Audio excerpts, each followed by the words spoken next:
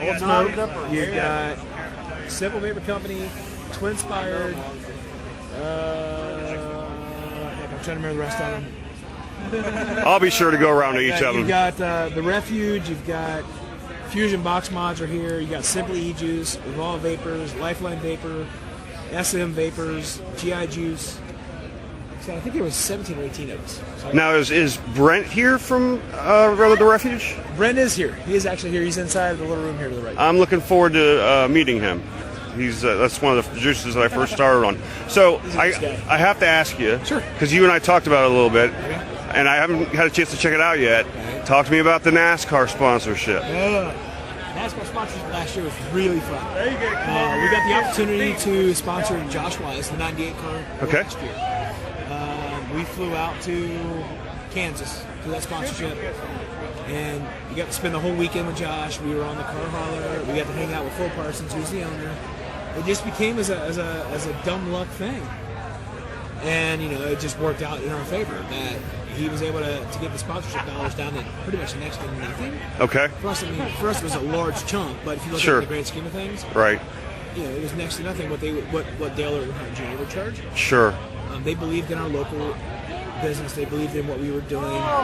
They were really big on the whole front of the Bitcoin, Dogecoin. Yeah. Yep. And then the other format of internet, which I forget right now, but they have that whole technology thing. Yep. And they reached out to us, and we talked back and forth, and we told them what we could afford to give. And they ended up giving us the whole car for the price of the quarter panel. Wow. And that helped us tremendously on the internet front. Plus, we went out to Kansas, and after the race was done, my wife and I, we had shirts made for the six of us: Jason, myself, his fiance, and my wife. Okay. And we had shirts made. We hung out with them all weekend, and then on Monday morning we went shop hopping in Kansas, and it made me feel really good. We walked into the shop, and there was a guy there. I had that shirt on that I had made, and he saw the car in the back. He's like, "Oh man," he goes, "I saw that car running around the track yesterday." Goes, that's the reason I'm here. So, a guy from Columbus sponsors a car at the Kansas race, which gets somebody from Kansas City to go and buy an e-cig, which I thought was pretty awesome. That's really cool. And then, I was talking to some of the other stores. We probably had 15 or 20 customers that weekend, and the next week come in and said they saw the car. That's awesome. Which was really awesome for us. Absolutely. Now, this year, we're looking at a young kid that's in the ARCA series right now. His name is Travis Braden. Okay. We're probably going to do something with Travis. Okay. Really good kid. He's actually going to West Virginia University. Okay.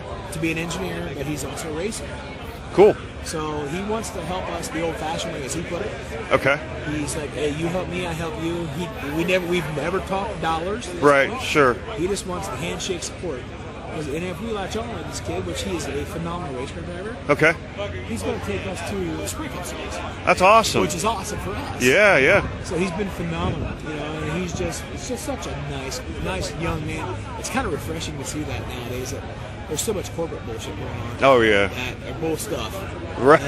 Sorry. That's okay. We can be a little bit open. So much corporate bull stuff going on that it's refreshing for a nice young man to actually do that. Sure. Does it matter where I pour it? No, just So it's really, really cool to see that kind of thing. So I actually gravitated him right away. Okay. And he's probably going to bring. I wanted him to bring a car today, but he's actually out racing another series. Okay. He's really cool. All right. Well, what else you got? Really, this is kind of the last question. It's okay. I got one and then one more. How did you link up with the Eyes of Freedom? How did that come together? So Ronnie Hunter from the Blitz has been a friend of mine for probably 15 years. Wow. And she's dating Corporal Mike Straw, who is in charge of the Eyes of Freedom. And we got to talking one day, and I heard her on air actually get choked up about a promotion that was involving this organization. That another local band or local music player named Tommy. What is that? Tom starts with a C. Tom. I'll remember it in a minute. That's all right. Tom Klein. Okay. Tom Klein, who is he's a really big name local guy, I guess you would say. Yep. He fronted a band called Noise Auction, which is pretty popular in Columbus. Okay. He was doing like an acoustic thing, and he reached out and did this whole benefit show for the Eyes of Freedom. And I heard Ronnie promo on that one day on the Blitz, and she got really, really teary-eyed. Honestly, and it was honest and true because her fiance, Corporal Mike Straw, was a part of this whole group. Okay. And if you don't know about the Eyes of Freedom, it's a traveling memorial, kind of like the wall for the Army. Sure. I'm familiar with that. Right? Yes, the Traveling Vietnam Memorial. Each one of these paintings depicts 3 guys that were lost in that, I will call it an ambush. And I think it was in 2003. Okay. 2005, I'm sorry. Yep. And, somebody depicted them in a painting. The paintings are so realistic. They travel with the real combat boots, the actual guy's dog tags. Wow. And it's just a fundraiser for the folks that didn't make it, for their families, and the folks that did make it that may have some medical problems. Okay. So through that whole thing, I reached out to Ronnie. Ronnie got me in touch with Mike. And then it just like, hey, we became friends. Cool. It's just kind of where it started. That's awesome. That's awesome. And I'm a huge military guy. Our stores do. My grandfather was in World War II. My dad volunteered. He was in the Army for probably, I think, 10 years. So the military to me means a ton. Sure. I did not serve, but I appreciate the ones that have. Yeah. Yep. So for me, it was a way to give back because I didn't give myself. So. Right. Okay. Now moving on a little bit towards the legal side of all of this stuff. Let's talk about the victory that we just recently saw with Prop 64.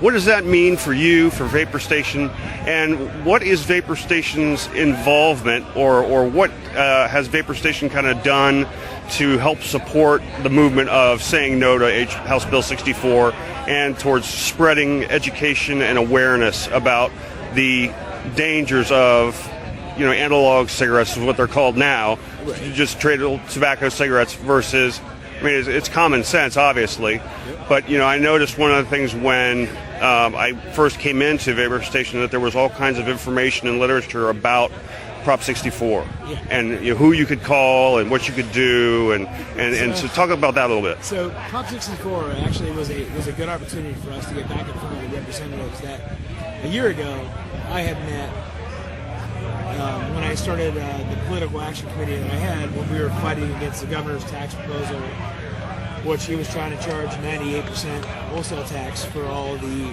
stores and the wholesalers. So a 98% tax on the wholesale would pretty much crush an industry. Yeah, it would. So I reached out to a few local state representatives. State Representative Heather Bischoff, who was out on the east side. State Representative Stephanie Coonsey. State Representative Ann Gonzalez. State Representative, I think it was Green, out of northern Cincinnati. There was 15 more. And most importantly, State Representative Mike Duffy. Okay. Mike Duffy has Dublin and Worthington.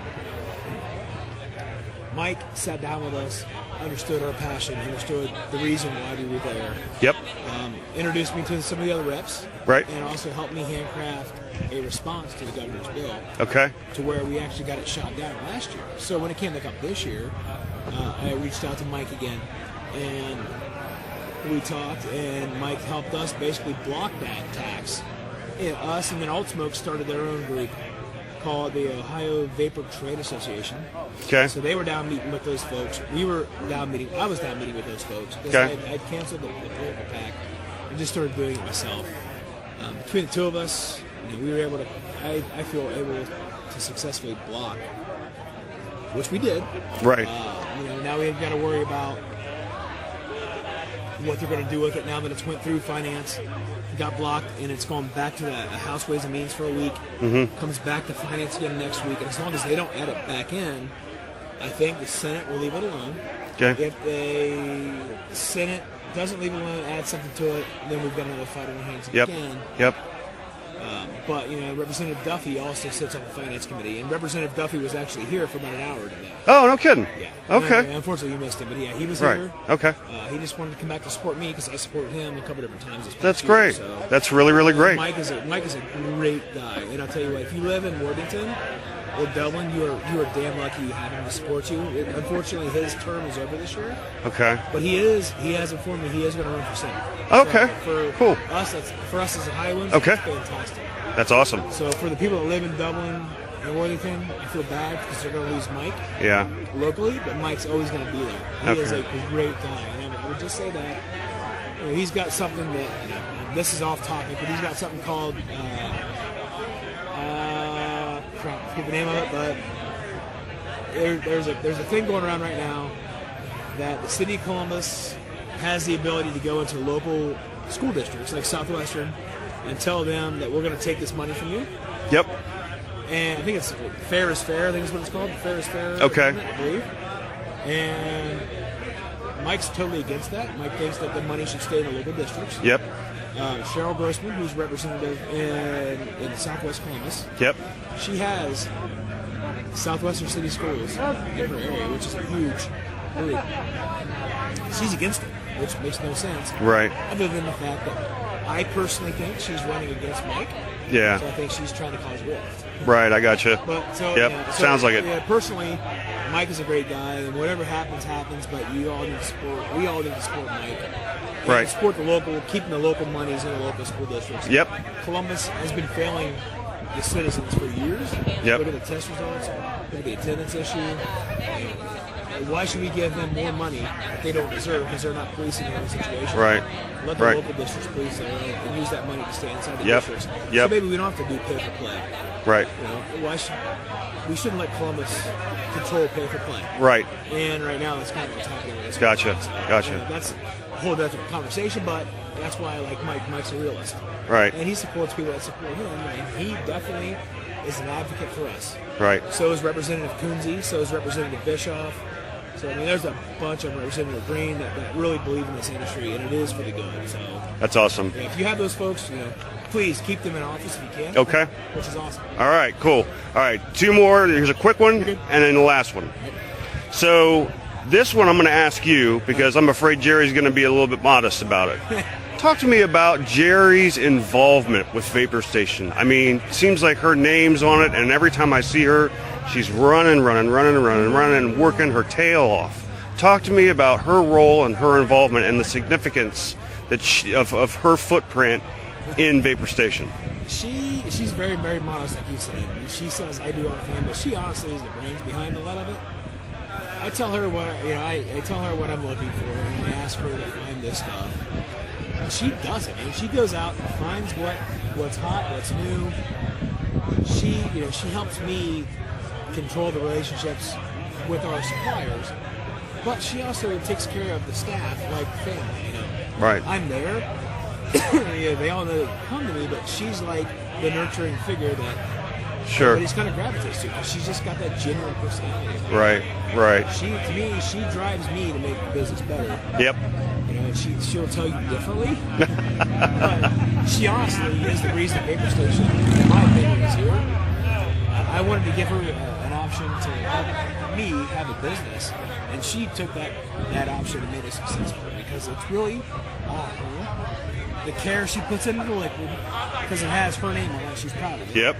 The care we take in hiring the employees, because we treat every one of them like family, and the care with the customers. We know most of them by name. And we have thousands of people between 3 stores that we see, just our 3 stores. Yeah.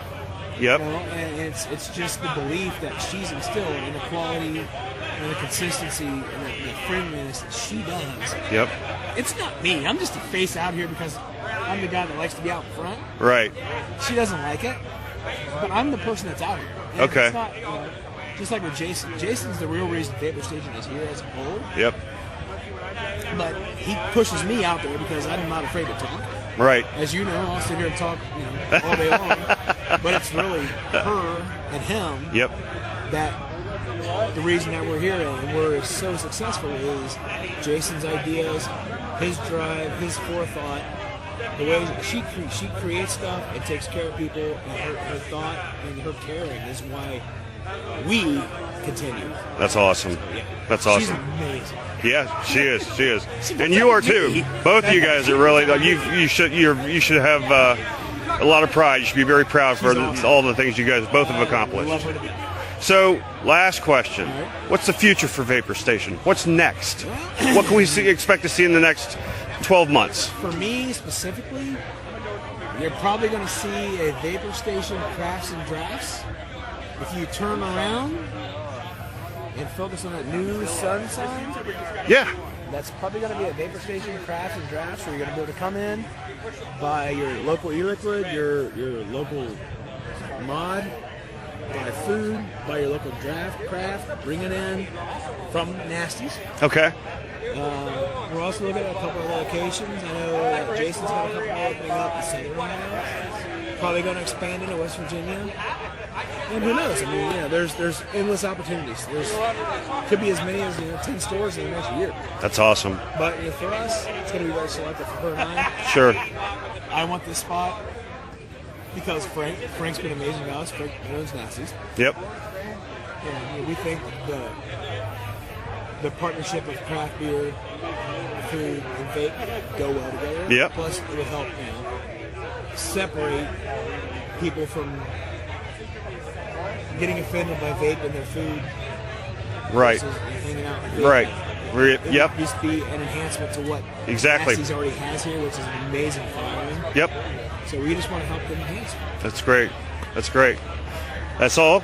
James, I want to thank you very much. Thank you, my friend. I appreciate you taking the time. Not a problem.